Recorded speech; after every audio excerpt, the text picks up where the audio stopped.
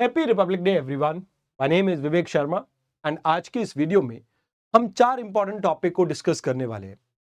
पहले टॉपिक में हम डिस्कस करेंगे जुडिशियल इंडिपेंडेंस को, देन हम नेशनल फ्लैग के बारे में डिस्कस करेंगे, then extradition and fugitive tracking system के बारे में बात करेंगे इंडिया के, एंड लास्ट में हम यूक्रेन की 3 इंपॉर्टेंट लोकेशन को समझेंगे, दैट इज दुनास्क, आपके जिपोरिज एंड खॉर्सन वाला एरिया। आइए एक एक करके इन आर्टिकल्स को डिस्कस करते हैं। देखिए, इंडिया के अंदर जो हमारा संविधान है, इसमें कोलिजियम सिस्टम के बारे में ऑल्दो कहीं नहीं गिवन, बट यहां पे आपको समझना होगा 1981 में आपका फर्स्ट जजेस केस आता है और इसके अंदर बात की जाती है कि भाई एग्जीक्यूटिव ये डिसाइड कर सकते हैं कि कैसे जजेस की अपॉइंटमेंट हो सकती है। देन 1993 में सेकंड जज केस में सुप्रीम कोर्ट ये कहते हैं कि भाई एक कोलिजियम सिस्टम बनेगा जिसमें एक आपके चीफ जस्टिस ऑफ इंडिया और 2 सीनियर मोस्ट जजेस मिलकर डिसाइड करेंगे जजेस की अपॉइंटमेंट को। देन 1998 में इसको फर्दर एक्सपैंड किया जाता है एंड जहां पे ये कहा जाता है कि भाई chief justice of India plus 4 senior most जजेस जो है, यानी 5 लोगों का ये कोलिजियम सिस्टम डिसाइड करेगा कि किसकी अपॉइंटमेंट कहां होनी है और किसकी ट्रांसफर कहां होनी है। तो कहते हैं अभी रिसेंटली एक कंट्रोवर्सी आई है।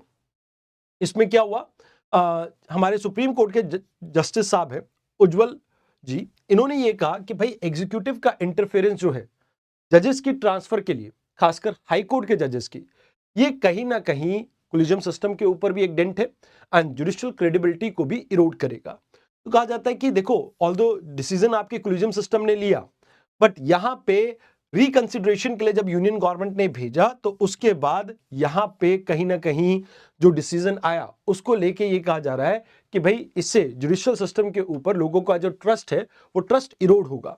तो कहा जाता है कोलिजियम सिस्टम आपके जजेस की अपॉइंटमेंट और ट्रांसफर का एक ऐसा सिस्टम है जो एक सुप्रीम कोर्ट की जजमेंट से इवॉल्व हुआ था। ये ना तो पार्लियामेंट का कोई एक्ट है, ना कॉन्स्टिट्यूशन के किसी प्रोविजन में ये मेंशन है। अब जजेस की अपॉइंटमेंट से आपका मिनिस्ट्री ऑफ लॉ डील करता है।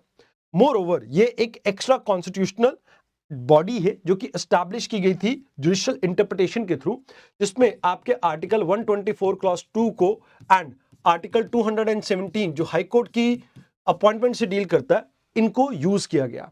देन यहां पे एग्जीक्यूटिव जो है यानी प्रेसिडेंट ये अपॉइंट करते हैं, बट इनको जो रिकमेंडेशन दी जाती है, जो एडवाइस दी जाती है, वो आपके कोलिजियम सिस्टम के द्वारा दी जाती है और ये इनके ऊपर बाइंडिंग रहती है। तो कहते हैं कि जैसे मैंने आपको बताया कि फर्स्ट जजेस केस 1981 में आया था, एसपी गुप्ता केस। 1993 में फिर आपका सेकंड जजेस केस आया था, थर्ड जजेस केस 1998 में आया था। ऑल्दो देयर इज फोर्थ जजेस केस ऑल्सो जो 2015 में आया था। इसमें एनजैक था, नेशनल जुडिशियल अपॉइंटमेंट कमीशन। अब इस कमीशन में आपके एग्जीक्यूटिव की भी प्रेजेंस थी एंड कहीं ना कहीं आप ये कह सकते हो कि लाइक जुडिशरी की भी अपॉइंटमेंट थी। मतलब ऐसा था कि 3 लोग तो जुडिशरी से आते, चीफ जस्टिस ऑफ इंडिया और 2 सीनियर मोस्ट जजेस, एक आपके मिनिस्ट्री ऑफ लॉ की रिप्रेजेंटेशन रहेगी और 2 एमिनेंट जुरिस्ट आने थे। तो इस वजह से यहां पे ये कहा गया कि भाई ये इंडिपेंडेंस ऑफ जुडिशरी के अगेंस्ट जाता है, तो उसे स्टक डाउन कर दिया। तो फिलहाल अगर हम बात करें तो सुप्रीम कोर्ट के जो कोलिजियम है इसकी कॉम्पोजिशन में चीफ जस्टिस ऑफ इंडिया और 4 सीनियर मोस्ट जजेस आते हैं। हाई कोर्ट के अंदर chief justice of India and 2 senior most जजेस आते हैं। ट्रांसफर के केस में भी आर्टिकल 222 की अगर बात की जाए तो प्रेसिडेंट ट्रांसफर सिर्फ और सिर्फ सीजीआई को कंसल्ट करके कर सकते हैं एंड यहां पर कंसल्ट करने का मतलब है कि जो उनका डिसीजन होगा वो बाइंडिंग हो सकता है। हाँ, रिकंसिडरेशन के लिए भेज सकते हो एंड उसके बाद अगर चीफ जस्टिस सोचते हैं कि यहाँ पे फैसले को बदलना चाहिए तो ही कैन डू दैट। अब इसमें मेमोरेंडम ऑफ प्रोसीजर की बात की जाती है। ये एक ऐसा डॉक्यूमेंट है जो गाइड करता है अपॉइंटमेंट के प्रोसेस को एंड कहीं ना कहीं इसमें एग्जीक्यूटिव जैसे एक क्लॉज लेके आ सकता है नेशनल सिक्योरिटी का। तो वो चीज आपको यहाँ पे याद रखने की, कई बार अपॉइंटमेंट को होल्ड करने के लिए नेशनल सिक्योरिटी की कॉज को यहाँ पे कहीं ना कहीं जो आपके एग्जीक्यूटिव है वो यूज करते हैं। देन जुडिशियल प्राइमेसी की अगर बात की जाए तो एग्जीक्यूटिव का इसमें कोई रोल नहीं है, बस हाँ आईबी यहाँ पर बैकग्राउंड चेक करता है जिसके बेसिस पे पर्सन का नेशनल सिक्योरिटी से रिलेटेड अगर कोई मैटर दिखता है तो उस केस में उसके अपॉइंटमेंट को यहाँ पे रोका जा सकता है। वैसे यहाँ पे ओवरऑल देखें तो कॉन्स्टिट्यूशनल मोरालिटी को हम अपहोल्ड करते हैं। अब बात ये आ जाती है कि भाई देखो, बेसिक फीचर जो है कॉन्स्टिट्यूशन का वो कहता है कि भाई जुडिशियल इंडिपेंडेंस जो है बहुत जरूरी है इंडिया की डेमोक्रेसी को प्रोटेक्ट करने के लिए, बिकॉज लोगों की लिबर्टी ये आपकी जुडिशरी की इंडिपेंडेंस के ऊपर डिपेंड करती है एंड कहीं ना कहीं आप ये मान के चलो कि अगर यहां पे इसके साथ कुछ होता है तो ये पब्लिक ट्रस्ट को जो आप ये कह सकते हो कि जुडिशरी के ऊपर है उसको इरोड कर सकता है। तो यहाँ पे PYQ है आपके 2, आप इसको ट्राई कर सकते हो और ये आपकी एक्सरसाइज है। Now let's talk about Indian flag. देखो, भारतीय संविधान के अकॉर्डिंगली आर्टिकल 19 है, 19 क्लॉज 1 सब क्लॉज ए, ये कहता है आपको freedom of speech and expression है। बट आपका एक्सप्रेशन एक ये भी तो है ना कि अगर आप इंडियन फ्लैग को होस्ट करना चाहते हैं, तो द थिंग इज यहाँ पे लाइक अभी 22nd एनिवर्सरी हम सेलिब्रेट कर रहे हैं, जब पहली बार जो इंडियन फ्लैग है वो सभी के लिए लाइक आप कह सकते हो कि सभी इंडियंस को होस्ट करने की परमिशन मिली थी। तो कहते कि भाई ये यहाँ पर आप ये मान के चलो कि भाई तिरंगा फहराना हर भारतीय के लिए एक गर्व की बात है, उनकी डिग्निटी और उनकी रिस्पेक्ट लाइक आपको मेंटेन करनी पड़ेगी फ्लैग की। बट उसके अलावा ये कहीं ना कहीं उनकी आइडेंटिटी और उनकी प्राइड को रिप्रेजेंट करता है। जैसे फॉर एग्जांपल मेरी आइडेंटिटी क्या है, मैं एक इंडियन हूं, I am proud to be an Indian. But यहां पे आप ये मान के चलो कि मैं किसी भी हालत में अपने तिरंगे का अपमान नहीं कर सकता हूं। तो वैसे मिनिस्ट्री ऑफ होम अफेयर इसको डील करती है। फंडामेंटल राइट के अगर हम प्रोविजन की बात करें तो जैसा मैंने कहा कि article 19 clause 1 sub clause A जो है वो आपको freedom of speech and expression देती है। तो यहीं पर ही आपको ये मान के चलना है कि कुछ रिस्ट्रिक्शन लग सकते हैं रीजनेबल।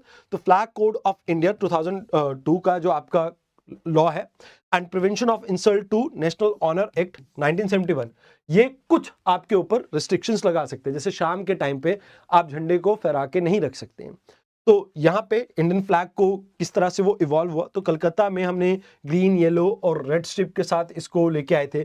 भीकाजी कामा ने यहाँ पर इंडियन फ्लैग को पहली बार किसी फॉरेन कंट्री में होस्ट किया था। देन उसके बाद होम रूल फ्लैग के टाइम पे यूनियन जैक भी बीच में हुआ करता था। देन फिर उसके बाद बिस्वाद जो फ्लैग था उसमें आप ये मान के चलिए वेंकैया जी ने जो फ्लैग डिजाइन किया था उसमें ग्रीन एंड रेड का इस्तेमाल किया गया था एंड गांधी जी ने उसमें व्हाइट चक्र को ऐड किया था। फिर स्वराज फ्लैग के अंदर सैफरन व्हाइट और ग्रीन को यूज किया गया था एंड नीला चक्र आया था। एंड उसके लास्ट में 1947 में जो तिरंगा अभी हम जो देखते हैं उसमें अशोक चक्र को ऐड किया गया था जुलाई 22 1947 में। तो कहा जाता है कि भाई देखो जो सैफरन कलर है ये आपके करेज और सैक्रिफाइस को दर्शाता है, white colour truth peace and purity को दर्शाता है एंड ग्रीन कलर आपकी प्रॉस्पेरिटी वाइब्रेंस एंड लाइफ को रिप्रेजेंट करता है। वैसे नेवी ब्लू कलर के ये जो 24 आप ये कह सकते हो चक्र के अंदर कांटे हैं, ये आपके 24 घंटों को डिपिक्ट करते हैं एक दिन के, जो कि एक आपका कॉस्मिक विल भी है। तो कहा जाता है कि भाई देखो सुप्रीम कोर्ट ने जब रूल किया था कि भाई जो आपके फंडामेंटल राइट है कि आप अपने झंडे को फहरा सकते हैं, तो ये एक सिंबॉलिक एक्सप्रेशन को रिप्रेजेंट करता है जो कि आपका पार्ट बनता है आर्टिकल 19 क्लॉज 1 का। तो यहाँ पे आपको याद रखना है कि 2021 में हमने फ्लैग कोड को अमेंड किया था, पॉलिस्टर और मशीन मेड को हमने अलाउ किया था। उससे पहले खादी जो चरखे से बनते थे फ्लैग उन्हीं को अलाउ किया जाता था। फिर हर घर तिरंगा जो हमने लाइक एक इनिशिएटिव स्टार्ट किया था, उसके अंदर डे एंड नाइट हम घर के ऊपर फ्लैग को लाइक आप ये कह सकते हो कि होस्ट कर सकते थे। तो वो भी आपने यहाँ पर देखा। एंड 1971 का जो एक्ट है वो क्रिमिनल पेनल्टी की बात करता है, अप टू 3 इयर्स की सजा की बात करता है अगर आप झंडे को जलाते हैं, उसको म्यूटिलेट करते हैं और उसको डिफेसिंग करते हैं तो उस केस में। तो याद रखना कि ये आपका PYQ है इससे रिलेटेड एंड ये आपके एक्सरसाइज क्वेश्चन। चलिए बात करते हैं आज के थर्ड आर्टिकल की। तो यहां पे आपको यही याद रखना है 2024-25 की एक annual report I department of personal के थ्रू। अब इस रिपोर्ट में ये कहा गया कि हमने 71 फ्यूजिटिव को जो अब्रॉड रह रहे थे उन्हें लोकेट करा है पिछले 12 सालों के अंदर। तो CBI और मिनिस्ट्री ऑफ एक्सटर्नल अफेयर यहाँ पे मिलके काम कर रहे हैं। वैसे CBI आपके इंटरपोल के साथ भी मिलके काम करते हैं। इंडिया का जो इंटरनेशनल इंटरपोल के साथ कनेक्शन है उसको मेंटेन करने में आपका CBI का रोल रहता है। तो इंडिया के अंदर एक्सट्रेडिशन एक्ट 1962 इसको हैंडल करता है। Moreover fugitive economic offender act 2018 भी इसको डील करता है। वैसे हमारे 48 कंट्रीज के साथ यहाँ पे ट्रीटीज हैं एंड बाकी 12 कुछ कंट्रीज के साथ हमारे कुछ अरेंजमेंट्स भी हैं। तो कहा जाता है कि देखो ज्यादातर केसेस में एक्सट्रेडिशन हमारी पेंडिंग है, ऑलमोस्ट 125 रिक्वेस्ट अभी पेंडिंग है out of 137 because diplomatic and आपके लीगल हर्डल्स के कारण। मोर ओवर जुडिशियल डिले भी आपको देखने को मिल रहा है।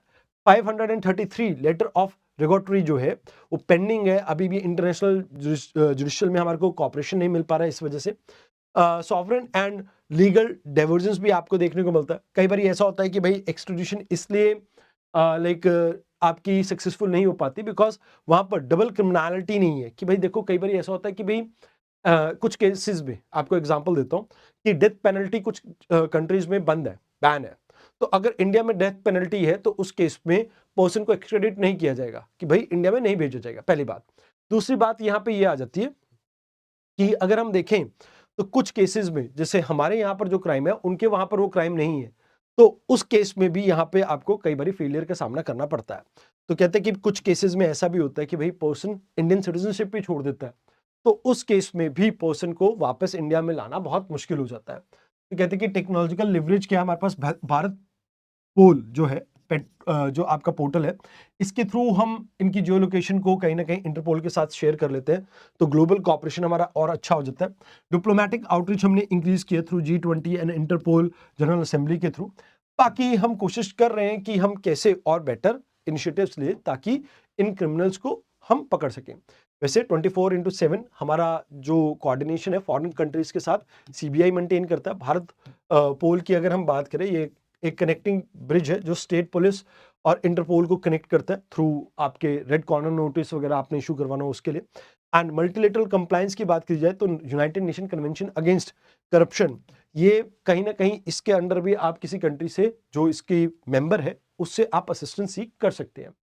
तो एक्स्ट्रेडिशन एक्ट की बात की जाए तो यहाँ पे आपको याद रखना है कि कोई मॉनेटरी थ्रेशोल्ड नहीं है, बट हाँ यहाँ पर अक्यूज का फिजिकल प्रेजेंस होना जरूरी है। मोर ओवर आप ये कह सकते हो कि लाइक सिर्फ क्रिमिनल प्रोसीडिंग के लिए ही यहाँ पर उसकी प्रॉपर्टी को अटैच किया जा सकता है, बट यहाँ पे 100 करोड़ तक का अगर कोई कांड करके गया है, 100 करोड़ तक का मींस 99 करोड़ का भी किया तो उसके ऊपर कोई दिक्कत नहीं है, बट जैसे 100 करोड़ को ब्रीच करेगा तभी ये आपका फ्यूजिटिव इकोनॉमिक ऑफेंडर वाला क्लॉज इंपैक्ट में आएगा। तो यहाँ पे आप ये कह सकते हो कि सेंट्रल गवर्नमेंट इसको पूरी तरह से हैंडल करती है एंड उस पर्सन की सभी प्रॉपर्टी को आप यहाँ पे अटैच कर सकते हैं। तो दीज आर द थिंग्स जो आपको यहाँ पे याद रखनी है। ये इसके ऊपर एक आपका practice question and more over आपका PYQ। चलिए आगे देखते हैं लास्ट आर्टिकल। तो यहाँ पे हम बात करेंगे 3 इंपॉर्टेंट एरिया की, मैप वर्क के लिए इंपॉर्टेंट है। ये आपको पता होगा यूक्रेन है, तो रशिया ने ऑलमोस्ट इस एरिया का लाइक आप कह सकते हो 80% पे कब्जा कर लिया है, बट अभी भी 20% के ऊपर आपके जो यूक्रेन है वो स्ट्रॉन्ग होल्ड मेंटेन करके बैठा हुआ है। तो खॉर्सन, ज़ेपोरिज, नास्क एंड लुशैंक ये वो एरिया है जहां पर आपको मेजरली यूक्रेन और रशिया वॉर देखने को मिल रही है।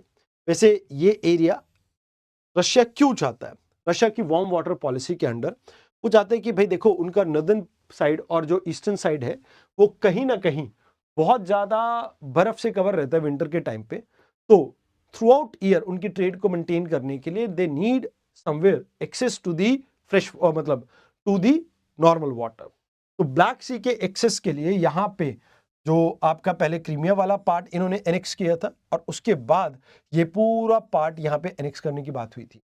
तो वैसे यूक्रेन का नाटो को ज्वाइन करना भी एक मेजर रीजन था जिसकी वजह से प्रॉब्लम देखने को मिली है। तो आज की इस डिस्कशन में इतना ही था। आई होप आपको डिस्कशन अच्छी लगी हो। कल एक बार फिर से एक नई डिस्कशन के साथ आपके साथ मिलते हैं, तब तक के लिए धन्यवाद।